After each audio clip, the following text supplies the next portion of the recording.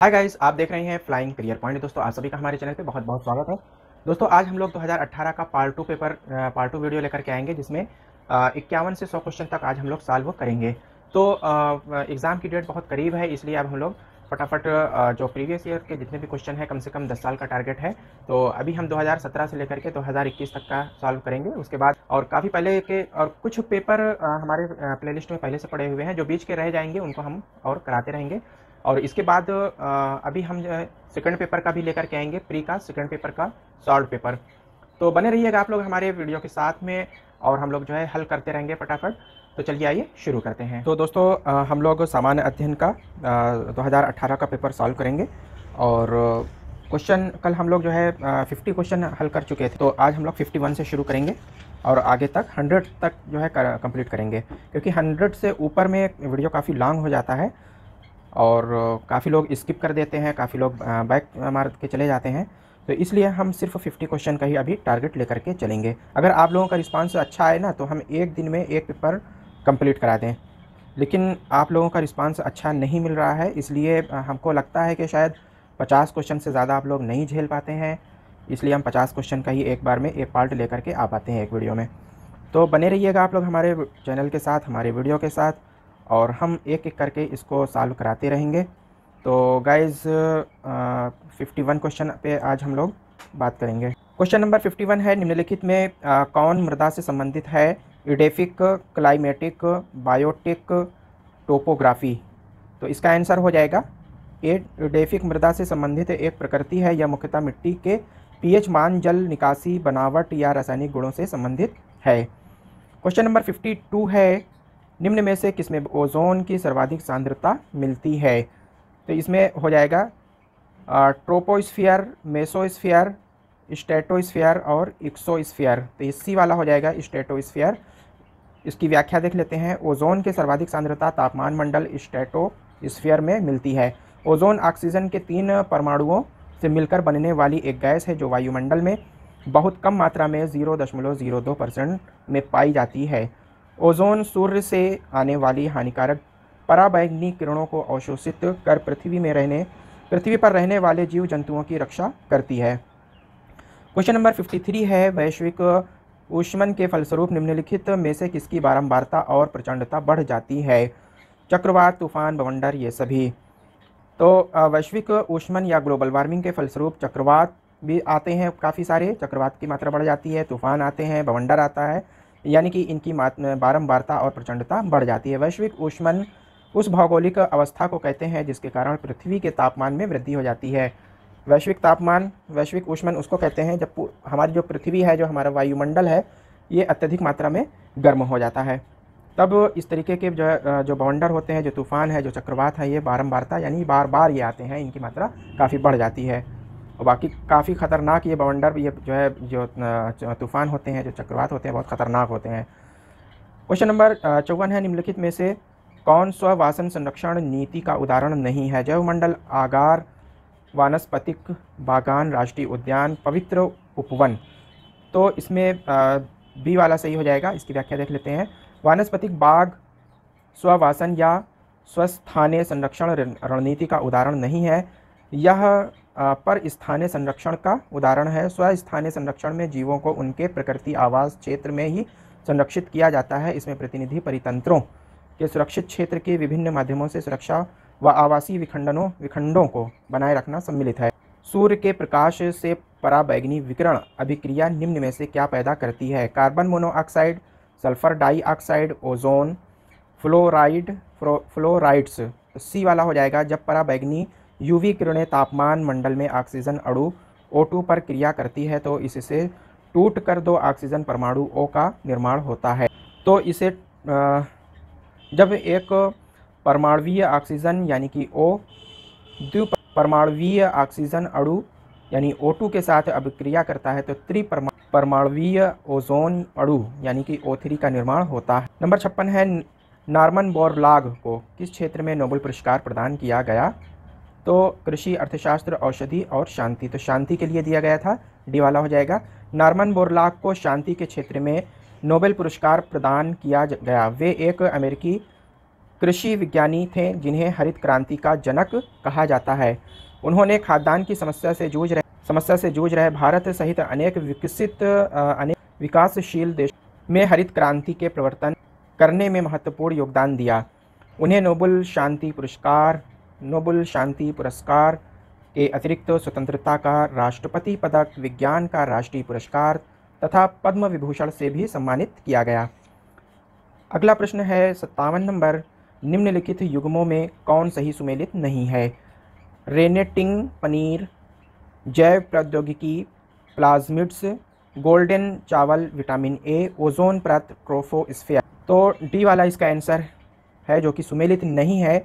रेनेटिंग ये पनीर में होता है, जैव प्रौद्योगिकी प्लाज्मिड्स में, गोल्डन चावल में विटामिन ए होता है, जबकि ओजोन परत का संबंध ट्रोपोस्फियर से नहीं है, बल्कि ओजोन परत ट्रोपोस्फियर यानी समताप मंडल। क्वेश्चन नंबर 58 है, निम्नलिखित में से कौन सही सुमेलित नहीं है? बांदीपुर राष्ट्रीय उद्यान कर्नाटक, मानस वन्य जीव अभयारण्य असम, पेरियार वन्य जीव अभयारण्य केरल, सिमलीपाल राष्ट्रीय उद्यान मध्य प्रदेश। तो सिमलीपाल राष्ट्रीय उद्यान उड़ीसा के दक्कन क्षेत्र में स्थित है।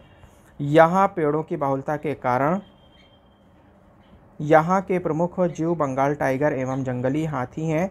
सेमल या लाल कपास पेड़ों की बहुलता के कारण इस उद्यान का नाम सिमलीपाल पड़ा है। क्वेश्चन नंबर 59 है, निम्नलिखित में से किसे जेवी नार्लिकर के अनुसार अभी तक विज्ञान नहीं माना जाता है? तो इसमें हो जाएगा ज्योतिष ए वाला जो है सही है। जेवी नार्लिकर के अनुसार ज्योतिष को अभी तक विज्ञान नहीं माना गया है। खगोलिकी में खगोलीय पिंड जैसे कि तारे हैं, ग्रह है, सूर्य आदि का अध्ययन, ब्रह्मांडिकी में ब्रह्मांड जगत से संबंधित विषयों का अध्ययन तथा नैनो प्रौद्योगिकी में नैनो परास विज्ञान, इंजीनियरिंग आदि का अध्ययन किया जाता है। क्वेश्चन नंबर 60 है, निम्नलिखित में से किसका आविष्कार विल्हेल्म रॉन्टजेन द्वारा किया गया? विल्हेल्म रॉन्टजेन के द्वारा किसका आविष्कार किया गया? तो ये एक्सरे मशीन है। एक्सरे मशीन का आविष्कार विल्हेल्म रॉन्टजेन के द्वारा किया गया है। रेडियो का आविष्कार गुगली एल्मो मार्कोनी के द्वारा, बिजली के बल्ब का आविष्कार थॉमस एडिसन के द्वारा किया गया है। 61 है, डीएनए की द्विकुंडली संरचना किसके द्वारा दी गई है? तो ये वाटसन तथा क्रिक के द्वारा दी गई है। बी वाला सही हो जाएगा। डीएनए की कुंडलिनी संरचना वर्ष 1953 में जेडी वाटसन तथा एफएचसी क्रिक के द्वारा दी गई थी। इसके लिए वर्ष 1962 में उन्हें नोबेल पुरस्कार प्राप्त हुआ था। निम्नलिखित विद्युत चुंबकीय विकिरणों में से किसकी ऊर्जा अधिकतम होती है? तो ये जो एक्स किरणें होती हैं इसकी ऊर्जा अधिकतम होती है, तो डी वाला सही हो जाएगा। 63 है, मीथेन निम्न में से किससे निकलती है या उत्सर्जित होती है? तो धान के खेतों से, दीमक की बाम्बी से, दोनों से मीथेन गैस ज़्यादा या अत्यधिक मात्रा में उत्सर्जित होती है। मीथेन गैस धान के खेतों व दीमक की बाम्बी से उत्सर्जित होती है। मीथेन एक रंगहीन, गंधहीन, स्वादहीन गैस है जो एल्केन श्रेणी का प्रथम सदस्य है और सबसे साधारण कार्बन हाइड्रोकार्बन है। इसका रासायनिक सूत्र CH4 है। यह प्राकृतिक गैस का मुख्य घटक है। मीथेन गैस का उपयोग घरों व उद्योगों में गैसीय ईंधन के रूप में काजल बनाने में व कार्बनिक यौगिकों के निर्माण में किया जाता है। क्वेश्चन नंबर 64 है, निम्नलिखित तत्वों में कौन अर्धचालक है? एल्यूमिनियम, सिलिकॉन, चांदी, सीसा। तो सिलिकॉन है जो कि अर्धचालक है। सिलिकॉन अर्धचालक वे पदार्थ होते हैं जिनकी विद्युत चालकता सुचालक व कुचालक के मध्यवर्ती होती है। इनका उपयोग कंप्यूटर चिप्स, सोलर सेल आदि में होता है। इसके लिए इसके प्रमुख उदाहरण सिलिकॉन Si, जर्मेनियम Je और सेलेनियम Se है। सेलेनियम Se इसके मुख्य उदाहरण हैं। सिलिकॉन आजकल सिलिकॉन वो चीज़ है जिससे आज के टाइम में जितने भी कंप्यूटर बनते हैं, जितने भी मोबाइल बनते हैं या इनके अलावा कंप्यूटर जैसी जो मदरबोर्ड वाली कोई भी मशीन होती है उसमें सब में सिलिकॉन का प्रयोग किया जाता है। तो उसमें जो चिप होती है लगती है कंप्यूटर में हो या मोबाइल में हो या किसी अन्य मशीन में, तो वो सब सिलिकॉन का ही बना होता है। तो ये अर्धचालक होता है, इसमें ये कुचालक भी होता है और सुचालक भी होता है। क्वेश्चन नंबर 65 है, भारत के संविधान की प्रस्तावना में कितने प्रकार के न्याय, स्वतंत्रता, समानता एवं भ्रातृत्व का उसी क्रम में उल्लेख किया गया है? 3, 5, 2, 1 नंबर बी है, 1, 3, 5, 2 नंबर सी है, 2, 5, 3, 1 नंबर डी है, 2, 5, 2, 1, 3। तो ये हो जाएगा। संविधान की प्रस्तावना में 3 प्रकार का न्याय, सामाजिक, आर्थिक और राजनीतिक, 5 प्रकार की स्वतंत्रता, विचार, अभिव्यक्ति, विश्वास, धर्म, उपासना, 2 प्रकार की समानता, प्रतिष्ठा और अवसर की समानता, तथा 1 प्रकार का भ्रातृत्व का उल्लेख किया गया है। क्वेश्चन नंबर 66, वर्ष 2017 के राष्ट्रपति चुनाव में यूपीए का उम्मीदवार कौन था? तो मीरा कुमार थी कांग्रेस की उम्मीदवार। वर्ष 2017 के राष्ट्रपति चुनाव में यूपीए की उम्मीदवार सुश्री मीरा कुमार थी। ये पूर्व उप प्रधानमंत्री जगजीवन राम की पुत्री हैं। ये भारत की पहली महिला लोकसभा अध्यक्ष थी। 67 नीति आयोग का प्रथम उपाध्यक्ष उपसभापति कौन थे? नीति आयोग का उपाध्यक्ष कहें या उपसभापति, तो अरविंद पनगड़िया रहे हैं। ये वाला सही हो जाएगा। नीति आयोग का प्रथम उपाध्यक्ष अरविंद पनगड़िया थे। नीति आयोग की स्थापना 1 जनवरी 2015 में योजना आयोग के स्थान पर की गई थी। यह एक संविधानेतर संस्था है। इसका अध्यक्ष वर्तमान पदेन प्रधानमंत्री होता है। वर्तमान में इस आयोग के उपाध्यक्ष राजीव कुमार हैं। क्वेश्चन नंबर 68 है, निम्नलिखित में से कौन सा भारत में भाषा के आधार पर बना पहला राज्य था? ये आंध्र प्रदेश था। आंध्र प्रदेश राज्य अधिनियम 1955 द्वारा भारत में भाषा के आधार पर सर्वप्रथम आंध्र प्रदेश राज्य का गठन किया गया, जिसमें मद्रास राज्य, तमिलनाडु के तेलुगु भाषी क्षेत्र शामिल किए गए थे। उस समय इसकी राजधानी कुरनूल थी। क्वेश्चन नंबर 69 है, निम्नलिखित में कौन एक संविधानेतर संस्था है? संघ लोक सेवा आयोग, वित्त आयोग, निर्वाचन आयोग और नीति आयोग। तो नीति आयोग हो जाएगा। ये संविधान में इसकी व्यवस्था नहीं है, ये संविधानेतर संस्था है। क्वेश्चन नंबर 70 है, सरकारिया आयोग की संस्तुतियाँ निम्नलिखित में से किससे संबंधित है? राजस्व का वितरण, राष्ट्रपति की शक्तियाँ एवं कार्य, संसद की सदस्यता, केंद्र राज्य संबंध। तो डी वाला हो जाएगा। सरकारिया आयोग का संबंध केंद्र राज्य के संबंध के लिए जो है गठित किया गया था। सरकारिया आयोग का गठन 1983 में केंद्र सरकार ने सर्वोच्च न्यायालय के सेवानिवृत्त न्यायाधीश RS सरकारिया की अध्यक्षता में केंद्र राज्य संबंधों पर विचार करने के लिए 3 सदस्यीय आयोग का गठन किया था। क्वेश्चन नंबर 71 है, सर्वप्रथम संसदात्मक सरकार किस देश में आरंभ की गई? Great Britain, UK, Belgium, France, Switzerland. तो इसका आंसर ए वाला हो जाएगा। सर्वप्रथम संसदात्मक सरकार ग्रेट ब्रिटेन, यूके में आरंभ की गई। सरकार की संसदीय व्यवस्था वह व्यवस्था है जिसके कार्यपालिका अपनी नीतियों और कार्यों के लिए विधायिका के प्रति उत्तरदायी होती है। संसदीय सरकार ब्रिटेन, भारत, जापान और कनाडा आदि में प्रचलित है। ब्रिटेन में संसदीय प्रणाली को वेस्टमिंस्टर मॉडल भी कहा जाता है। भारत में अनुच्छेद 74 और 75 केंद्र में संसदीय व्यवस्था तथा अनुच्छेद 163 और 164 राज्यों में संसदीय व्यवस्था का उपबंध करते हैं। क्वेश्चन नंबर 72 है, निम्नलिखित में से किसके संबंध में राज्यसभा का अनन्य अधिकार है?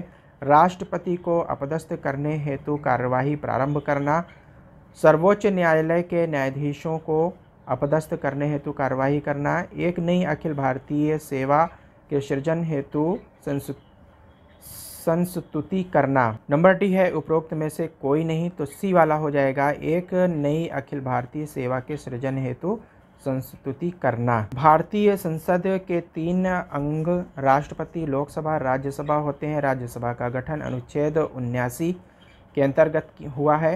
राज्यसभा को उच्च सदन या द्वितीय सदन भी कहा जाता है। राज्यसभा को अनुच्छेद 312 के तहत नई अखिल भारतीय सेवा के सृजन की अनन्य शक्ति प्राप्त है।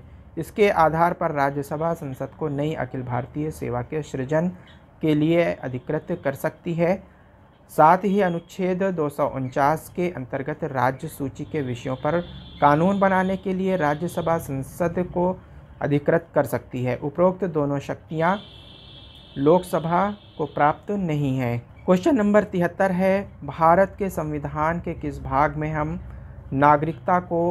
नागरिकता से संबंधित प्रावधानों को पाते हैं? भाग 1, भाग 2, भाग 7 और भाग 9। तो इसका बी हो जाएगा। भारत के संविधान के भाग 2 में अनुच्छेद 5 से 11 में नागरिकता का प्रावधान किया गया है। इसमें स्थायी और विस्तृत उपबंध नहीं है, इसलिए नागरिकता अधिनियम 1955 के अंतर्गत 5 आधारों, नंबर 1 जन्म से, वंश के आधार पर, नंबर 3 पंजीकृत द्वारा, नंबर 4 प्राकृतिक रूप से, नंबर 5 समाविष्ट क्षेत्रों के द्वारा नागरिकता प्राप्त की जा सकती है, जिसका संशोधन 1986, 1992, 2003 और 2015 में किया जा चुका है।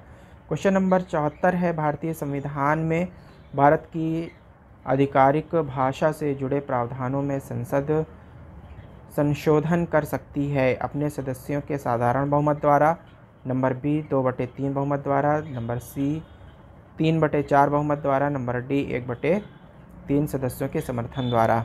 तो ए वाला हो जाएगा अपने सदस्यों के साधारण बहुमत द्वारा। भारतीय संविधान के भाग 20 के अनुच्छेद 368 के अंतर्गत संसद को संविधान संशोधन की शक्ति दी गई है। इसके अंतर्गत 3 प्रकार से संशोधन हो सकते हैं। नंबर 1 संसद के साधारण बहुमत द्वारा संशोधन, जिसके अंतर्गत भारत की आधिकारिक भाषा से जुड़े प्रावधानों में संसद संशोधन कर सकती है। इसके अंतर्गत अन्य संशोधन नए राज्यों का प्रवेश या गठन, उसके सीमाओं में परिवर्तन, विधान परिषदों का निर्माण या समाप्ति आदि विषय आते हैं। फिर नंबर 2 है संसद के विशेष बहुमत द्वारा संशोधन, जिसके अंतर्गत मूल अधिकार, राज्य के नीति निर्देशक तत्व आदि विषय आते हैं। नंबर 3 है संसद के विशेष बहुमत द्वारा संशोधन और आधे राज्यों के विधान मंडलों की संस्तुति पर संशोधन, जिसके अंतर्गत राष्ट्रपति के निर्वाचन एवं इसकी प्रक्रिया, केंद्र एवं राज्य कार्यकारिणी की शक्तियों को बढ़ाने के लिए संसद में राज्यों का प्रतिनिधित्व आदि विषय आते हैं। क्वेश्चन नंबर 75 है, बिना अनुमति के कितने दिन संसद में अनुपस्थित रहने पर किसी सांसद को अयोग्य घोषित किया जा सकता है?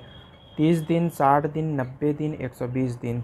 तो 60 दिन का इसमें समय दिया जाता है, तो बी वाला सही हो जाएगा। यदि कोई सांसद सदन के बिना अनुमति के 60 दिनों तक अनुपस्थित रहता है तो उसे सदन में से निलंबित किया जा सकता है। इन 60 दिनों की गणना में सदन के स्थगन या सत्रावसान की लगातार 4 दिनों की अवधि को शामिल नहीं किया जाता है।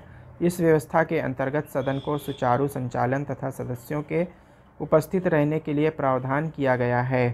क्वेश्चन नंबर 76 है, निम्न गवर्नर जनरलों में से किसने कांग्रेस का अत्यधिक अल्पसंख्यक लोगों का प्रतिनिधित्व करने वाली कहकर उपहास किया था? Number A Lord Dufferin, number B है लॉर्ड कर्जन, नंबर सी है लॉर्ड मिंटो, नंबर डी है लॉर्ड लैंसडाउन। तो ए वाला हो जाएगा। कांग्रेस की स्थापना 28 दिसंबर 1885 को बम्बई के संस्कृत स्कूल गोकुलदास तेजपाल में A.O. ह्यूम, दादा भाई नेरोजी, दीनशाह वाचा, फिरोज शाह मेहता, सुरेंद्र नाथ बनर्जी, उमेश चंद्र बनर्जी सहित 72 प्रतिनिधियों के साथ हुई थी। शुरू में कांग्रेस उदारवादी मार्गों को अपना रही थी तथा इसकी सतही मार्गों की वजह से इनसे आम नागरिक बड़े पैमाने पर नहीं जुड़े थे, जबकि बुजुर्गा वर्ग कांग्रेस का समर्थक था।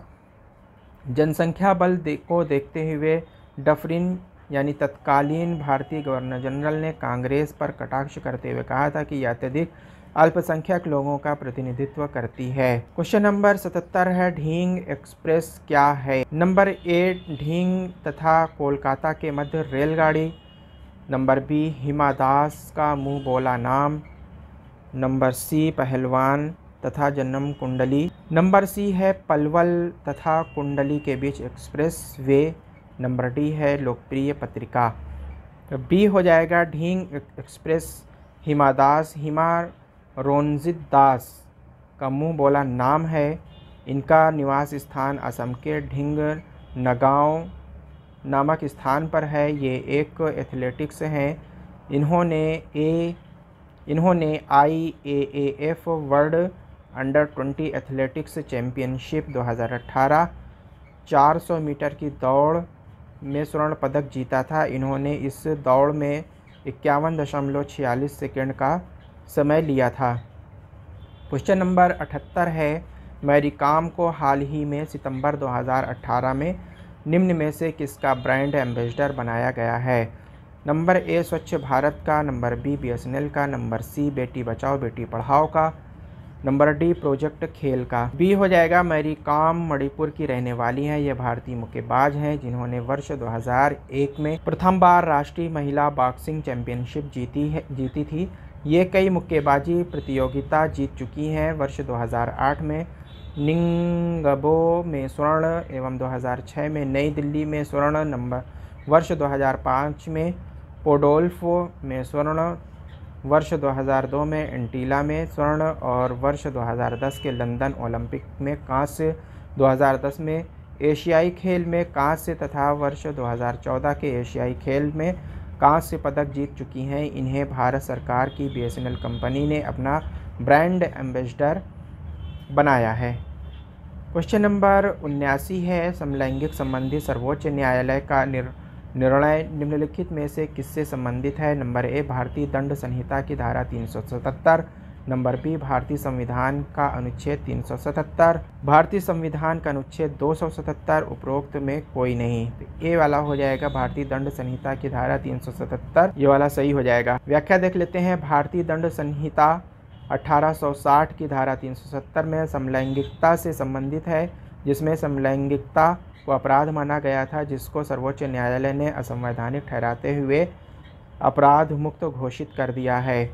क्वेश्चन नंबर 80 है, सुपरसोनिक क्रूज मिसाइल ब्रह्मोस निम्न में से किसका एक संयुक्त उपक्रम है? नंबर ए भारत तथा रूस, नंबर बी भारत तथा चीन, नंबर सी भारत तथा इजराइल, नंबर डी इनमें से कोई नहीं।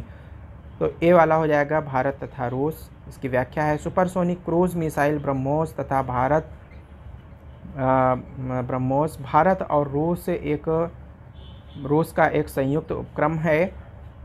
इसका ब्रह्मोस नाम भारत के ब्रह्मपुत्र तथा रूस के मास्कोवा नदी के शुरुआती अक्षरों को मिला करके रखा गया है। यह कम दूरी 300 से 500 किलोमीटर की रैमजेट सुपरसोनिक क्रूज मिसाइल है।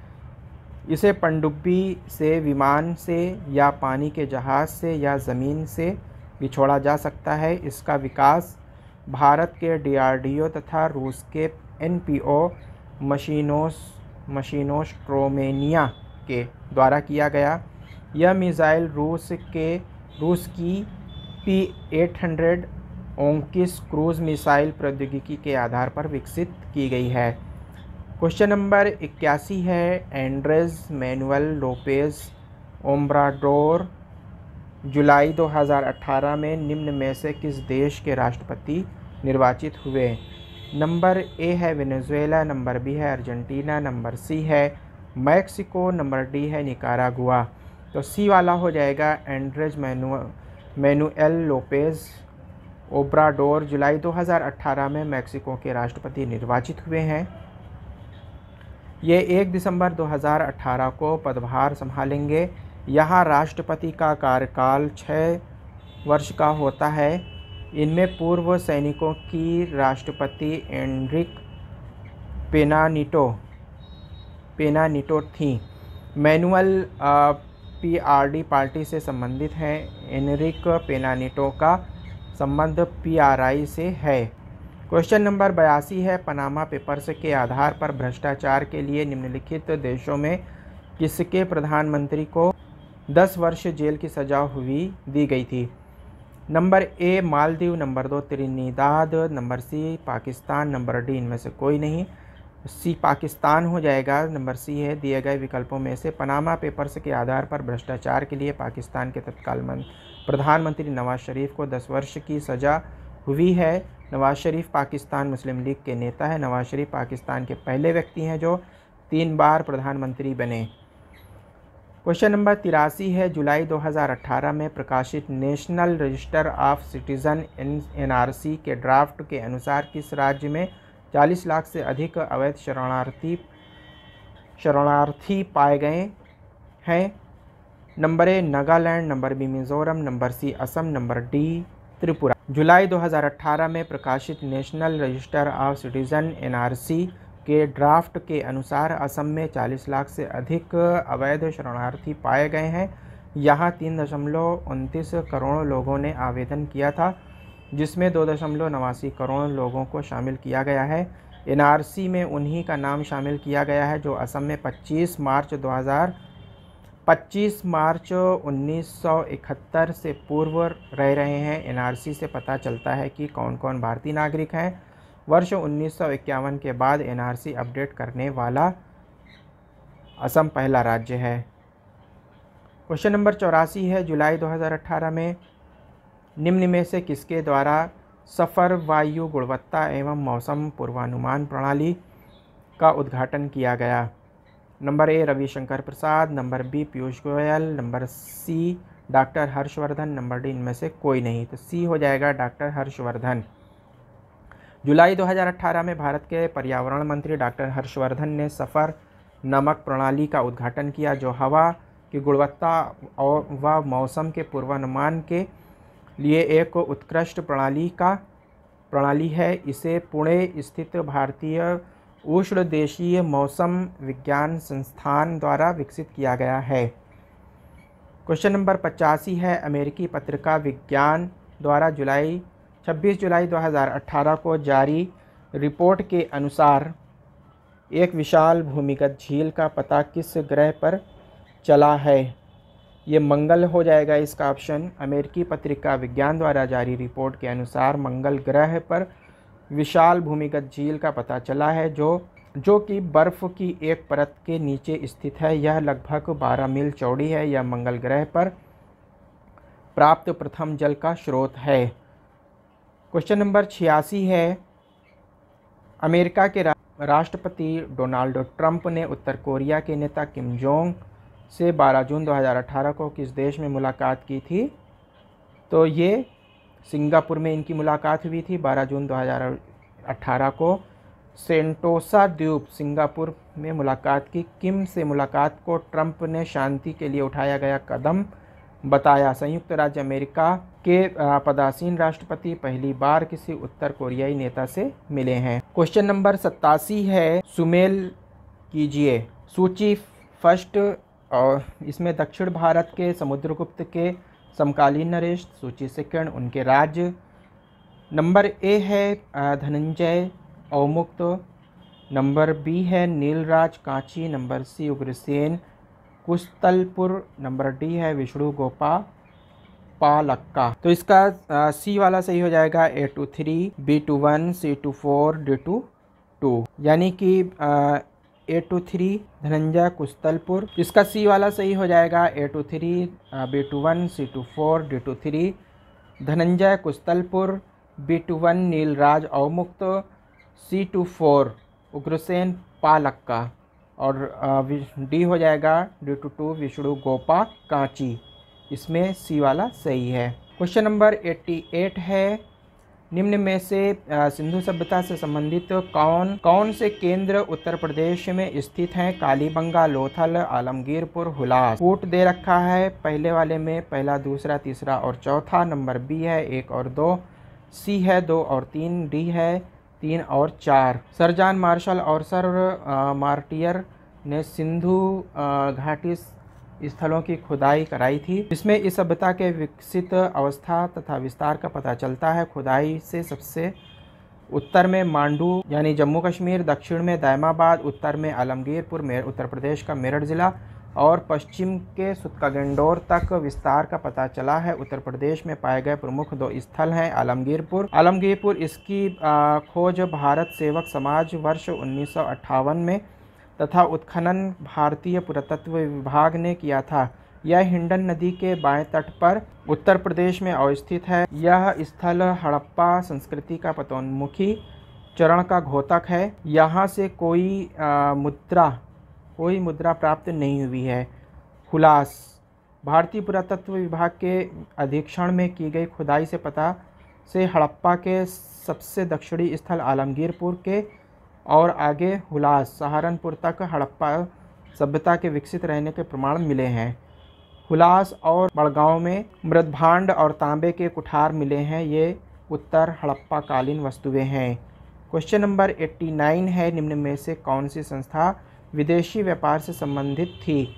श्रेणी नगरम, नानादेशी, मणिग्राम। तो सी हो जाएगा नानादेशी नामक संस्था विदेशी व्यापार से संबंधित थी, जो होयसल साम्राज्य के समय स्थापित हुई थी। इस संस्था ने मगध, मलाया, कौशल, नेपाल और फारस जैसे देशों के साथ वैदेशिक संबंध स्थापित किए थे। क्वेश्चन नंबर 90 है, मध्यकाल में संगीत पर संस्कृत में लिखी गई अनेक पुस्तकों का फारसी में अनुवाद किया गया। कारण आर है आरंभिक चिश्ती सूफी संत संगीत सभाओं जिन्हें समा कहा जाता था के शौकीन थे। कथन ए तथा कारण आर दोनों सही है और आर ए की सही व्याख्या है। नंबर बी, कथन ए तथा कारण आर दोनों सही है किंतु आर ए की सही व्याख्या नहीं है।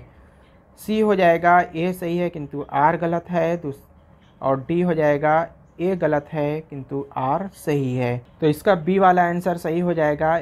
कथन ए और कारण आर दोनों सही हैं, लेकिन आर ए की सही व्याख्या नहीं कर रहा है। अकबर ने हिंदुओं को इस्लाम के प्रति श्रद्धा जगाने के लिए अल्लापनिषद का संस्कृत में उपनिषद लिखवाया था। शाहजहां के शासनकाल में पंडित जगन्नाथ ने रस गंगाधर एवं गंगा लहरी की रचना की थी, जिसका फारसी में अनुवाद किया गया था। चिश्ती सिलसिला भारत का सबसे प्राचीन सूफी सिलसिला है। इसकी नींव ख्वाजा मोइनुद्दीन चिश्ती ने रखी थी। आरंभिक चिश्ती सूफी संत संगीत सभाओं जिन्हें समा कहा जाता था के शौकीन थे। समा का अर्थ सुनना होता है। क्वेश्चन नंबर 91 है, 91। पुष्यमित्र शुंग द्वारा 2 अश्वमेध यज्ञ किए जाने के बारे में जानकारी किस देश से मिलती है? ये अयोध्या से मिलती है। पुष्यमित्र शुंग मौर्य सेनापति था या मौर्य शासक बृहद्रथ की हत्या करके शासक बना था या कट्टर ब्राह्मण था तथा उसने 2 अश्वमेध यज्ञ किए थे, जिसका प्रमाण अयोध्या लेख में मिलता है। उसके अश्वमेध यज्ञ के पुरोहित पतंजलि थे। क्वेश्चन नंबर 92 है, मध्यकालीन भारत के ऐतिहासिक स्रोतों में चकला शब्द का प्रयोग हुआ है। परगना के समानार्थी था, सरकार के समानार्थी था। सूबा और परगना के बीच की क्षेत्रीय इकाई था, लेकिन सरकार के समानार्थी नहीं था। नंबर डी, उपरोक्त में से कोई नहीं। सी हो जाएगा मध्यकालीन भारत के ऐतिहासिक स्रोतों में चकला शब्द का प्रयोग सूबा और परगना के बीच की क्षेत्रीय इकाई था। यह सरकार द्वारा समानार्थी नहीं था। प्रशासन की सबसे छोटी इकाई ग्राम थी, जिसे मावदा या दीह कहते थे। मुगल प्रशासन का विभाजन क्रमशः सूबों, सरकार, परगना, महाल, जिले या। क्वेश्चन नंबर 93 है, सुरक्षा के लिए मराठों के राजस्व के दावों को किस नाम से जाना जाता था? सरदेशमुखी, चौथ, अबवाब, जमातानी। तो बी हो जाएगा चौथ। मराठों ने राज्य की जनता की सुरक्षा के लिए राजस्व के रूप में चौथ नामक कर वसूलते थे। यह राज्य के उत्पादन का 1/4 भाग होता था, जबकि सरदेशमुखी विजित क्षेत्रों के वंशानुगत देशमुख होने के दावे के तहत वसूला जाता था। यह उत्पादन का 1/10 भाग होता था। मराठा प्रशासन की दोनों कर व्यवस्था चौथ और सरदेशमुख छत्रपति शिवाजी। क्वेश्चन नंबर 94 है, दिल्ली में पुराना किला के सामने खैरुल मंजिल नामक मस्जिद का निर्माण किसने कराया था? Number A, Hamida Banu Begum. Number B, Salima Sultan. Number C, Jiji Anga. Number D, Mahamanga. तो डी हो जाएगा, दिल्ली में पुराना किला के सामने खैरुल मंजिल का नामक मस्जिद का निर्माण महामंगा ने करवाया था। यह अकबर की धाय माँ थी, जिसने 1560 से 62 तक पेटीकोट सरकार का पर्दा शासन किया था। इन्होंने हुमायूं के साथ मिलकर मदरसा-ए बेगम की स्थापना की थी। क्वेश्चन नंबर 95 है, निम्न युग्मों में कौन सही सुमेलित नहीं है? संभलपुर सुरेंद्र शाही, गंजाम राधाकृष्ण दंडसेना, number C Kashmir Gulab Singh, number D Lucknow Liaquat Ali. तो डी वाला हो जाएगा 1875 की शांति के दौरान निम्नलिखित प्रसिद्ध स्थानों तथा नेतृत्वकर्ताओं के नाम निम्न हैं। स्थान संभलपुर सुरेंद्र शाही, गंजाम राधाकृष्ण दंडसेना, नंबर 3 है कश्मीर गुलाम सिंह, नंबर लखनऊ बेगम हज़रत महल, इलाहाबाद लियाकत अली। क्वेश्चन नंबर 96, निम्नलिखित युग्मों में कौन सही सुमेलित नहीं है? देवगिरी शंकरदेव, वारंगल रामचंद्र देव, होयसल वीर बल्लाल, नंबर डी मदुरई वीर पांड्या। बी वाला है वारंगल रामचंद्र देव। देवगिरी दक्षिण भारत का यह प्रसिद्ध नगर महाराष्ट्र के दौलताबाद के नाम से प्रसिद्ध है। रामचंद्र 1271 से 1311 देवगिरी का शासक था। इनके बाद वहाँ के शासक 1312 ईस्वी में शंकरदेव बने। वारंगल यह उत्तरी तेलंगाना का प्रमुख शहर है। यह काकतीय वंश की प्राचीन राजधानी थी। यहाँ रुद्रमा देवी ने 36 वर्ष तक शासन किया था। होयसल यह प्राचीन दक्षिण भारत का राजवंश था। इस राजवंश ने 1317 वर्षों तक शासन किया। इनकी राजधानी बेलूर थी। यहाँ के शासक बीर बल्लाल का शासनकाल 1173 से 1220 ईस्वी तक रहा। मदुरई यह औद्योगिक, व्यापारिक तथा धार्मिक केंद्र था। यहाँ प्राचीन काल से ही व्यापारिक संपर्क यूनान एवं रोम स्थापित किया गया। वीर पांड्य यहीं का शासक था। क्वेश्चन नंबर 97 में निम्नलिखित को काल अनुक्रम में व्यवस्थित कीजिए। मोहम्मद शाह, जहांदार शाह, आलमगीर, अहमद शाह। पहला है पहला, तीसरा, चौथा दूसरा, दूसरा है 2 1 4 3। तो दोस्तों ये बी वाला सही हो जाएगा, यानी कि सबसे पहले जहांदार शाह, फिर मोहम्मद शाह, फिर अहमद शाह, फिर आलमगीर। औरंगज़ेब के बाद मुग़ल शासन पतनोन्मुख अवस्था में पहुंच गया। यहाँ एक एक करके कमज़ोर शासक आते रहे, जिसके कारण मुग़ल शासन स्थायित्व प्राप्त नहीं कर सका। दिए गए विकल्पों के अनुसार शासकों का क्रम निम्न प्रकार था। जहांदार शाह 1712 से 13। जहांदार शाह एक कमज़ोर शहज़ादा था। इसके समय में जजिया कर समाप्त कर दिया गया था। मोहम्मद शाह 1719 से 1748 तक शासन किया। यह रोशन अख्तर के नाम से जाना जाता था। यह अत्यधिक विलासितापूर्ण जीवन जीता था, जिस कारण से रंगीला शासक भी कहा जाता था। अहमद शाह 1778 से 54। इनका जन्म नर्तकी से हुआ था। इनके समय में अहमद शाह अब्दाली ने भारत पर आक्रमण 1748 में किया था। इसके बाद आलमगीर सेकंड 1754 से 1758। इनका पूरा नाम अजीज़ुद्दीन आलमगीर सेकंड था।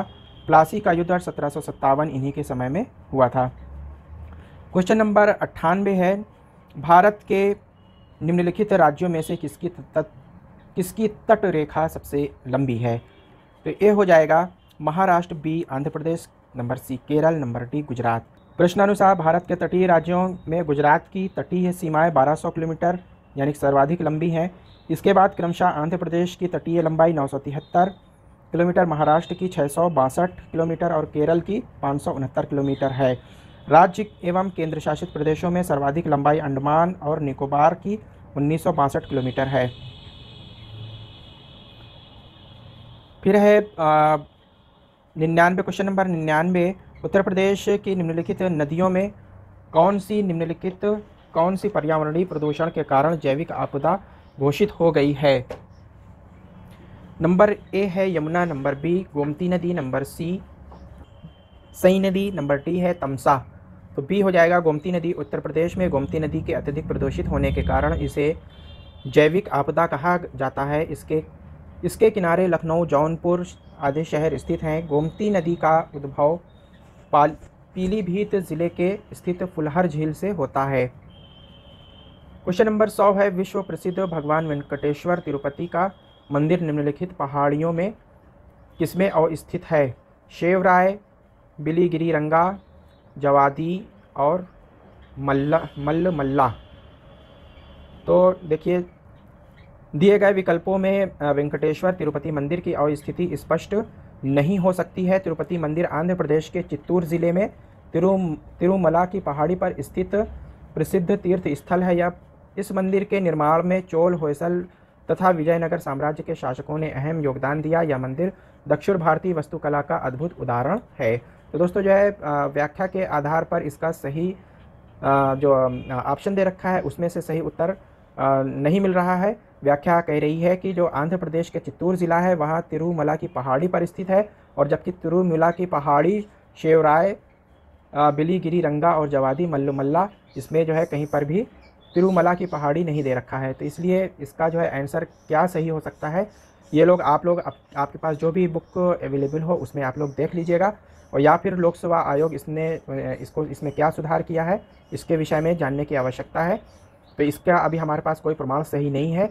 आगे इसके विषय में कोई विशेष जानकारी मिलेगी तो हम अलग से डेडिकेटेड वीडियो जारी कर देंगे। तो आप लोगों को ये वीडियो कैसा लगा, अगर पसंद आया हो तो आप लोग लाइक कर दीजिएगा। जिन लोगों ने अभी तक सब्सक्राइब नहीं किया है सब्सक्राइब कर लें, और साथ ही बराबर में लगे हुए बेल के आइकन को प्रेस कर लें ताकि आगे आने वाली वीडियो का नोटिफिकेशन सबसे पहले आप लोगों को मिल जाए। और किसी भी तरह का यूपीपीएससी से लेकर के कोई भी क्वेश्चन है, कोई भी इशू है तो आप लोग हमारे कमेंट बॉक्स में ज़रूर लिखिएगा। हम अगली वीडियो में जल्दी ही मिलेंगे। Thank you very much. I will meet again soon.